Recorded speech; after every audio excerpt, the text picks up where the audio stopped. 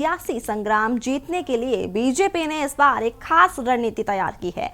Party का focus 60 से ज्यादा उन सीटों पर है जहां पार्टी कभी भी आज तक विधानसभा का चुनाव नहीं जीती है। इन सीटों पर पार्टी ने जीत की जिम्मेदारी अपने एमएलसी, राज्यसभा सांसदों, बोर्ड और निगम के अध्यक्षों को और पार्टी के पदाधिकारियों को जिम्मेदारी सौंपी है। दिखाते हैं आपको इस खास रिपोर्ट के जरिए।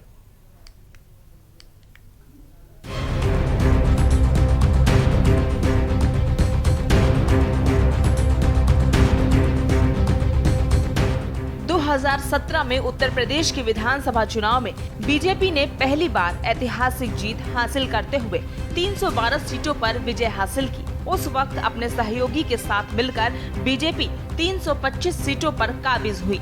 लेकिन इस भयंकर आंधी में भी लगभग 78 सीटें ऐसी थी जिन पर ना तो बीजेपी और ना ही उसके सहयोगी जीत पाए। जहां विपक्षी पार्टियों की जीत मिली और जब विधानसभा चुनाव बेहद करीब है तो पार्टी इस रणनीति में जुटी है कि कैसे इस बार 300 सीटों पर कमल खिलाया जाए। इनके खास फोकस उस वक्त हारी हुई लगभग 78 सीटों पर है जहां 2017 में पार्टी को जीत हासिल नहीं हुई थी। 2017 में 78 ऐसी सीटें थी जहां बीजेपी और उसके सहयोगी नहीं जीत पाए थे। फिर उसके बाद ओम प्रकाश राजभर की सुबह सपा गठबंधन से अलग हो गई तो उसके 4 सीटों को भी पार्टी ने हारी हुई सीटों में शामिल कर लिया, जिसके बाद ऐसी सीटों की संख्या 82 हो गई। वहीं उपचुनाव में 2 सीट गंवाने के बाद इन सीटों की संख्या बढ़कर 84 हो गई। अब इन 84 सीटों पर जीत की अलग रणनीति तैयार की है। इन 84 सीटों में भी 60 से ज्यादा सीटें ऐसी हैं जहां बीजेपी का कमल आज तक नहीं खिला है और पार्टी का पूरा फोकस है कि कैसे 2022 में इन सीटों पर भी कमल खिलाया जाए। देखिए, उत्तर प्रदेश की जमीन पर अगर कोई कानून हाथ में लेने की कोशिश करेगा तो कानून बहुत सख्ती के साथ निपटेगा। इससे पहले भी सीए के आंदोलन के नाम पर कुछ लोगों ने लखनऊ में अराजकता मचाने की कोशिश की थी, सार्वजनिक संपत्ति को क्षति पहुंचाने की कोशिश की थी। उनसे सार्वजनिक संपत्तियों के नुकसान की वसूली की गई और उनके पोस्टर चौराहों पर लगा दिए गए थे। इस बात से सबक लेना चाहिए। अगर कोई लखनऊ को घेरने की बात कहेगा, लखनऊ में अराजकता करने की बात करेगा, शांति व्यवस्था के लिए खतरा उत्पन्न का प्रयास करेगा तो उसके साथ पूरी सख्ती के साथ कार्रवाई होगी, कठोरता से कार्रवाई होगी। आपको बताते हैं कि ऐसी वो कौन सी सीटें हैं जहां बीजेपी आज तक जीतने में सफल नहीं हो पाई और पार्टी का इस बार फोकस इन सीटों को भी जीतने का है।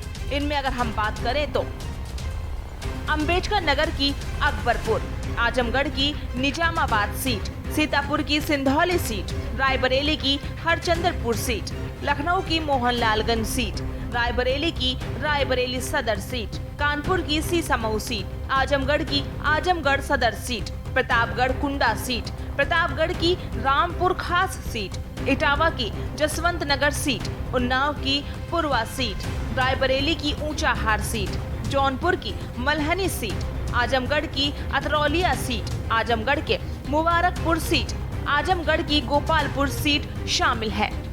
2022 चुनाव को लेकर बीजेपी एक खास तैयारी कर रही है, जिसको लेकर आपको बताना चाहेंगे कि 2017 के चुनाव में भारतीय जनता पार्टी 325 सीटों से जीत हासिल की थी। वहीं 78 ऐसी सीटें थीं जिन पे भारतीय जनता पार्टी को हार का सामना करना पड़ा। वहीं आपको बता दें कि उपचुनाव के बाद 4 ऐसी सीटें और बढ़ गईं जिसमें बीजेपी को हार का सामना करना पड़ा।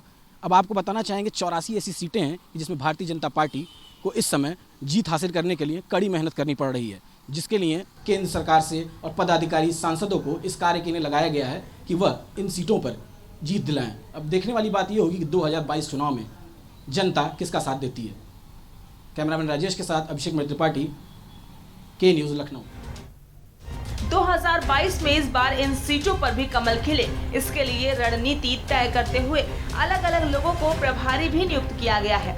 पार्टी के नेता साफ तौर पर कह रहे हैं कि जिस तरह से 4.5 साल में योगी सरकार ने काम किया है, ऐसे में पार्टी को इस बात का पूरा भरोसा है कि पार्टी उन सीटों पर भी जीत हासिल करेगी जहां अभी तक पार्टी को कभी भी जीत नहीं मिली है। के न्यूज़ इंडिया के लिए लखनऊ से अभिषेक मणि की रिपोर्ट। और इस वक्त आपको बता दें कि